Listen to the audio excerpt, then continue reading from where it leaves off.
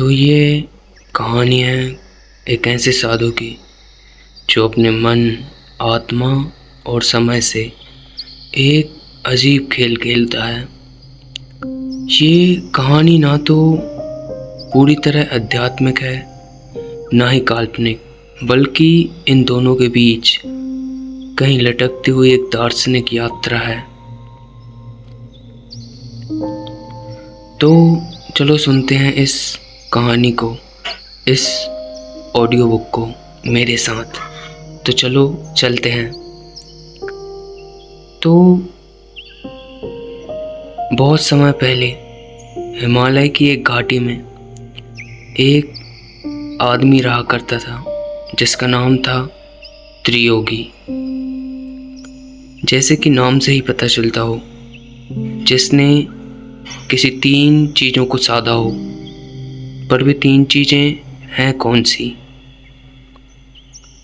त्रियोगी। उसका कोई शिष्य नहीं था, कोई अनुयायी भी नहीं था। वह ना किसी को प्रवचन देता था, ना ही किसी पूजा का हिस्सा बनता था। फिर भी उसके चारों ओर एक रहस्य छाया रहता था।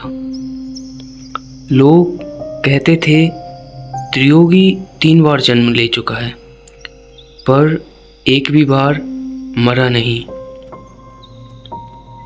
जो कि मुझे तो झूठ बात लगती है, पर खैर आगे बढ़ते हैं। एक दिन एक युवक जिसका नाम था यतीन, वो उस घाटी में पहुंचा जो सच्चे अर्थों में ज्ञान की तलाश में था।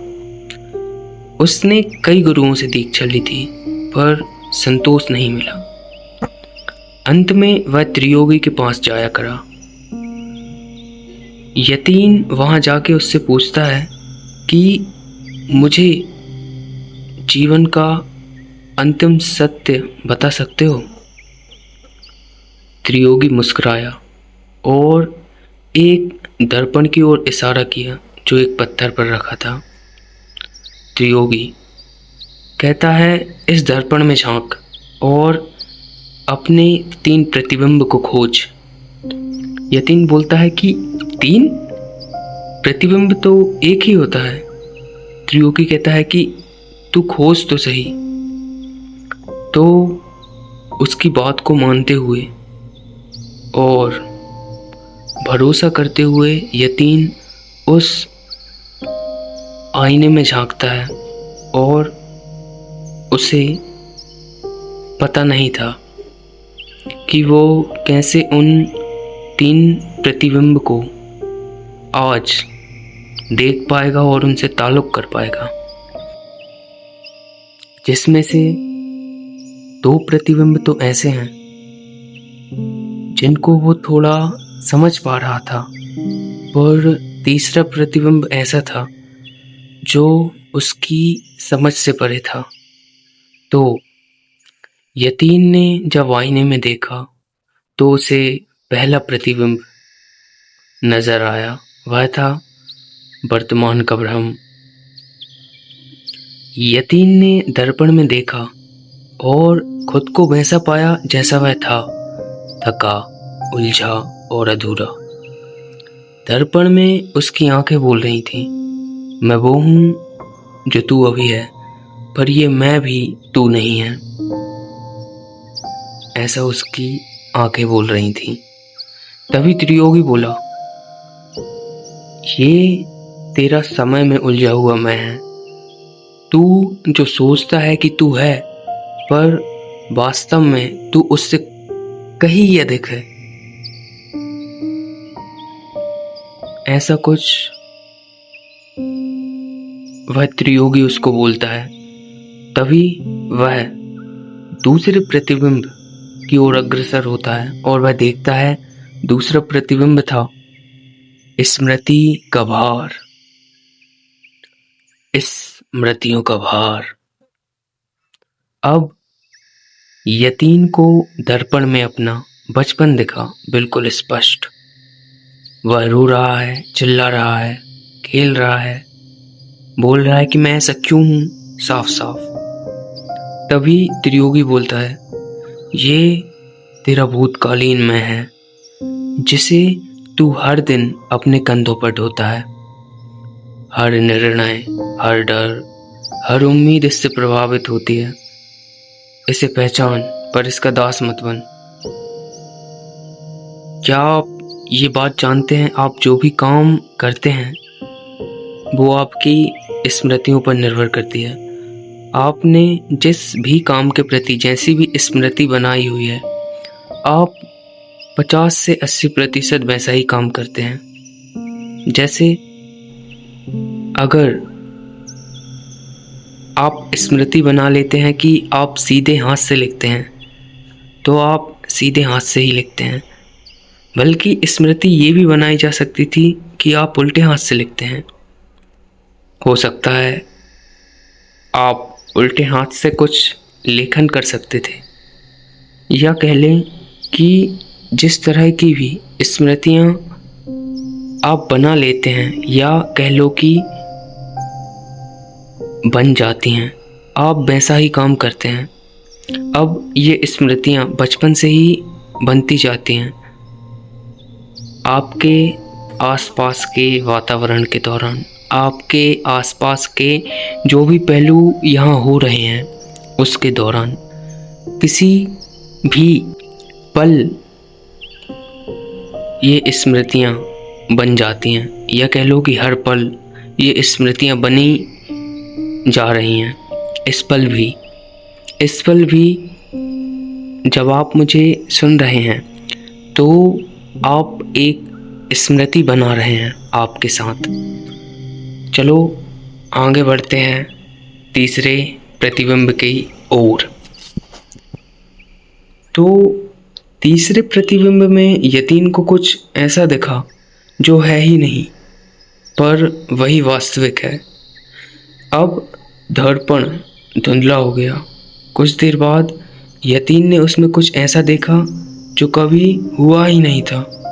एक शांत, तेजस्वी रूप जो ना बूढ़ा था, ना युवा, ना उदास, ना उल्लासित, या यह कह लो कि वह एक ऐसा चेहरा था जो किसी भी भाव, किसी भी प्रकार की उलझन के परे था। मान लो जैसे वह एक ऐसी शक्ति हो जिस पर किसी चीज का प्रभाव न था। तब यतीन बोलता है कि यह कौन है? तभी त्रियोगी इस पर बोलता है, यह तेरा संभावनाओं का मैं है। यह वह है जो तू बन सकता है अगर तू अपने अतीत से मुक्त होकर वर्तमान को वैसा ही जान ले जैसा वह है। तभी एक ऐसा मोड़ आता है जब यतीन पूछता है कि क्या आपने भी अपने 3 प्रतिबिंब देखे?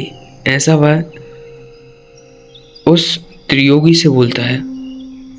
त्रियोगी बोलता है कि नहीं, मैंने तो तीसरी परछाई, तीसरे प्रतिबिंब को जिया है। वो जो ना दर्पण में दिखती है, ना शब्दों में बनती है, वो है नाम है, जहाँ अहंकार समाप्त हो जाता है और केवल अनुभव बचता है। मतलब जहाँ मैं की अवधारणाएं गिर जाएं। अब यतीन पूछता है कि क्या मैं भी वहाँ पहुँच सकता हूँ? तो इस पे त्रियोगी बोलता है कि जब तू खुद को देखना बंद कर देगा और जो है सिर्फ उसे देखना चालू कर देगा, वहीं से शुरुआत होगी। तभी यतीन उस दिन से वापस नहीं लौटा, ना ही घाटी से, ना ही अपने भीतर की यात्रा से। कहा जाता है वर्षों बाद एक और साधु त्रियोगी वहाँ हुआ, जो ना प्रवचन देता, ना पूजा करता, बस एक दर्पण के पास बैठा रहता, और वह था यतीन। तो मेरे तौर तरीके से तो ये कहानी बस इतना ही बताना चाह रही है कि हम अपने प्रतिबिंब नहीं हैं, बल्कि प्रतिबिंबों के पार की चेतना है जो कि प्रतिबिंब के पीछे छुपी हुई है।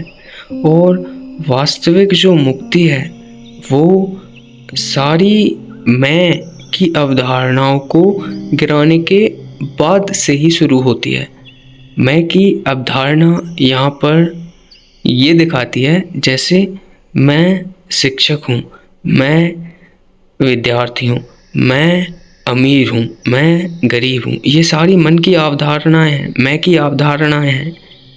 और जैसे ही पद की मैं वाली अवधारणाएं खत्म होती हैं, वहीं लोग कहने लगते हैं मैं आशीष हूँ, मैं मोहन हूँ। फिर कैसे न कैसे वो बस उस मैं की अवधारणा को भरने लगते हैं, उस मैं को भरने लगते हैं। और मुक्ति तभी है जब ये सारी मैं की अवधारणाएं गिर जाती हैं, जब आप जान लेते हैं कि आप कुछ भी नहीं, यही आपका स्वभाव है। क्योंकि अहंकार की अनुपस्थिति में ही पूर्ण अस्तित्व प्रकट होता है। आप मेरे साथ यहाँ तक बने, इसके लिए आपका बहुत बहुत धन्यवाद। और उन सभी लोगों का भी धन्यवाद जिनने इस बात को, इस ऑडियो बुक को इतने ध्यान से, होशपूर्वक, प्रेम से सुनी। उसके लिए आप सभी का बहुत बहुत धन्यवाद।